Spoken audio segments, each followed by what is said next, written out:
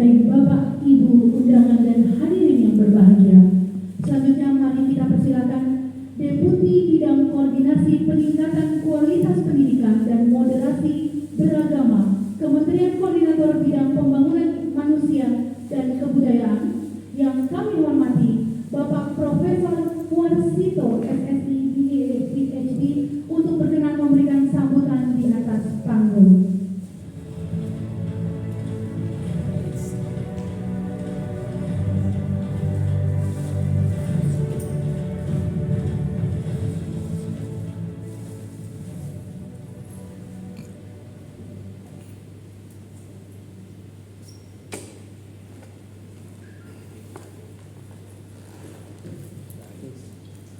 Assalamualaikum warahmatullahi wabarakatuh. Alhamdulillah, selamat pagi, salam sehat, salam sejahtera untuk kita semua. Om Swastiastu, Namo Buddhaya, salam kebajikan, rahayu. Pertama yang saya hormati, yang sama-sama kita muliakan, Bapak Wakil Menteri Agama RI, Bapak Haji Saiful Rahmat Dasuki, yang saya hormati staf ahli Menteri Agama Bapak Albertus Magnus Adianto Sumarjono, yang saya hormati Bapak Dirjen Bimas Muda Kemenak Bapak Supriyadi, kemudian yang kami hormati Kepala Pusat Kerukunan Umat Beragama Bapak Wawan Junaidi, para pimpinan tinggi Madya Pratama Kementerian Agama RI, para tokoh lintas agama, para ketua FKUB provinsi dan hadirin sekalian yang berbahagia.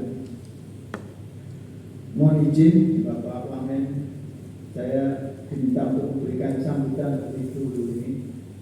Sebagai tuan rumah, idealnya ini Pak Kapus mungkin duluan, tapi di setting saya diminta memberikan sambutan duluan, dan sekaligus saya ingin menyampaikan beberapa hal karena memang terkait dengan tugas dan fungsi saya sebagai Deputi Bidang Peningkatan Kualitas Pendidikan dan Moderasi Beragama.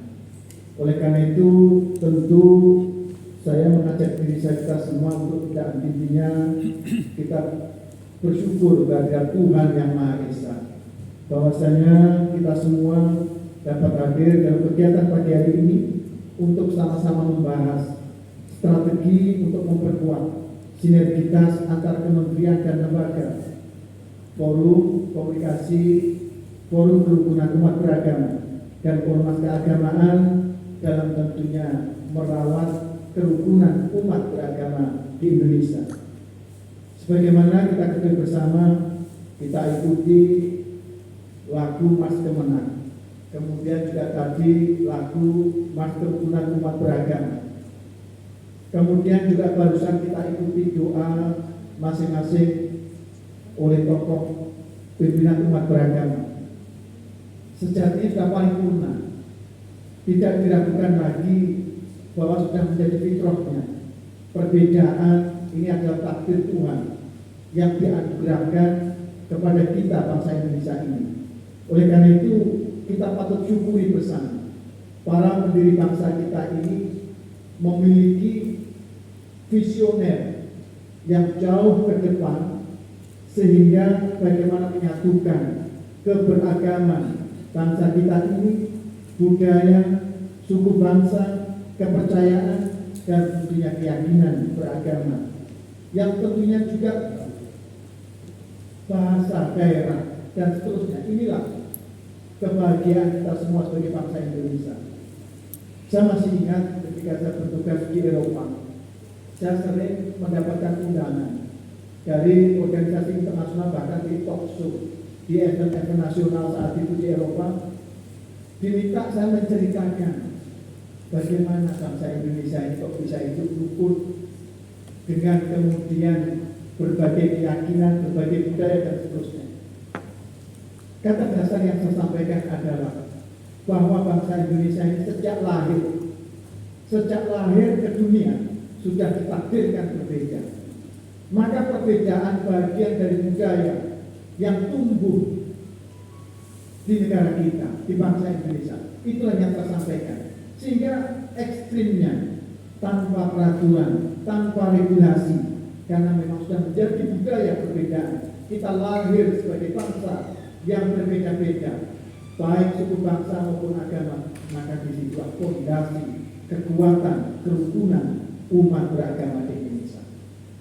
Maka tentu karena ini menjadi budaya, menjadi darah yang kita dalam keseharian, tidak mudah untuk dijiplak oleh negara bangsa lainnya. Dan ini yang patut kita syukuri sebagai bangsa Indonesia, sebagai terlahir sebagai bangsa Indonesia. Oleh karena itu, untuk terus memupuk ini, pemerintah kemudian hadir memberikan cara-cara strategis, roadmap, regulasi dan seterusnya untuk terus menjaga, memupuk yang sejatinya telah menjadi budaya kita. Melalui tentunya kami selalu mengapresiasi dengan kolega teman-teman Kementerian Agama untuk terus mengawal bagaimana kehidupan kerukunan umat beragama ini sehingga tetap tumbuh dalam satu kesatuan yang harmoni, mewujudkan Indonesia damai yang bersatu. Oleh karena itu tentunya kami sangat menyambut baik kegiatan pagi hari ini, bagaimana seluruh tokoh umat beragama melalui forum kerukunan umat beragama nantinya akan dilantik pengurus-pengurus yang ada di provinsi dan tentunya juga implementasi terkait dengan pendidikan keagamaan, penyuluh keagamaan dan seterusnya yang ini tentunya tidak bisa terlepas dalam kehidupan kita keseharian. Bapak Ibu yang berbahagia, Bapak Wamen yang kami hormati, tentu saya tentunya sebagai Deputi 6 Kemenko PMK mengemban amanah tugas berat dua hal.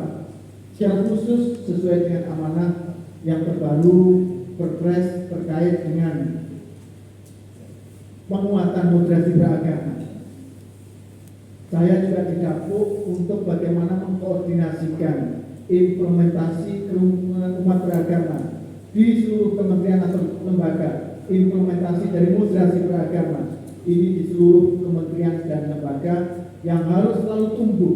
Bagaimana kita sebagai bagian dari tidak terpisahkan di kehidupan masyarakat, maka secara kelembagaan, secara kepemerintahan, kita juga secara otomatis harus mampu menjadi suri teladan. Oleh karena itu, secara khusus saya di Perpres juga mendapatkan amanah untuk mengawal kerukunan umat beragama di kementerian dan lembaga. Tapi kemudian yang kedua, yang sebenarnya juga secara otomatis menjadi tugas berat saya juga bahwasanya sebagai deputi di Kemenko PMK yang menangani secara langsung bagaimana penerapan implementasi moderasi beragama secara keseluruhan. Tentu kami tidak bisa jalan sendiri. Teman-teman di Kementerian Agama adalah kolega implementasi praktis, cara pandang, cara pikir, sikap dan praktik beragama yang moderat ini menjadi tugas bersama. Oleh karena itu, pada kesempatan yang berbahagia ini, saya mengajak beberapa poin untuk sama-sama kita cermati bersama. Yang pertama, perlunya langkah-langkah konkret dalam membangun kesadaran bersama tentang pentingnya kehidupan keberagaman ini untuk terus kita pupuk. Dalam hal ini tentunya langkah konkret itulah yang harus kita cari, kita tumbuhkan di masyarakat dalam bentuk kerja bersama, kemudian juga implementasi program-program yang dijalankan secara bersama, edukasi, kemudian juga narasi-narasi yang positif. Ini menjadi tentunya poin pertama yang harus sama-sama kita lakukan berupa langkah-langkah konkret implementasi dari kerukunan beragama dan juga tentunya moderasi beragama. Kedua, adalah diperlukan tentunya koordinasi yang efektif antar kementerian, antar lembaga, yang ini semua tentu diperlukan sejak mendesain suatu program, implementasi, evaluasi, dan dampak yang ada di masyarakat harus benar-benar kita koordinasikan lintas sektoral, lintas kelembagaan.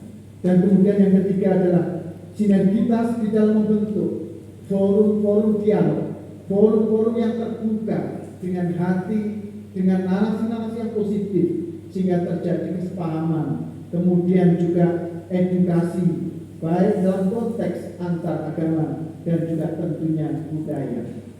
Kemudian yang terakhir adalah tentu kita diperlukan pemantapan, implementasi dari regulasi-regulasi yang ada, khususnya Peraturan Presiden Nomor 58 Tahun 2023 tentang penguatan moderasi beragama harus sama-sama kita wujudkan dalam praktek keseharian kita sesuai dengan tugas dan fungsi masing-masing kita.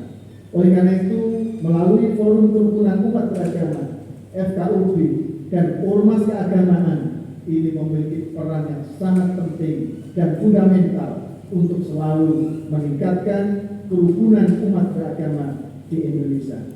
Oleh karena itu, sekali lagi tentunya saya mengajak kita semua, sinergitas antar kementerian dan lembaga FKUB dan Ormas Keagamaan untuk mendesain, merencanakan strategi yang holistik dan terintegrasi dalam upaya menjaga dan memperkuat kerukunan umat beragama.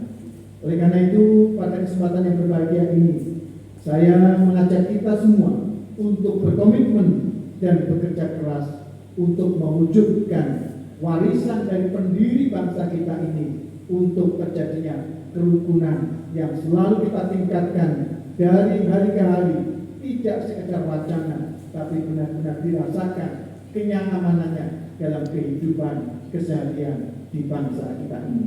Mari bersama-sama merajut keberagaman menjadi kekuatan bersama yang memperkaya dan bukan malah memecah belah. Bapak Ibu hadirin yang berbahagia, oleh karena itu saya tentunya juga berharap semoga Allah Subhanahu wa Ta'ala, Tuhan yang Maha Esa, senantiasa memberikan petunjuk dan hidayahnya kepada kita semua, sehingga kita semua benar-benar dapat mewujudkan kehidupan kerukunan umat beragama di masyarakat dan bangsa kita. Demikian yang dapat saya sampaikan. Mudah-mudahan tentunya ada manfaatnya dan kiranya tidak berkenan kami mohon maaf. Bila taufiq wal hidayah. Assalamualaikum warahmatullahi wabarakatuh.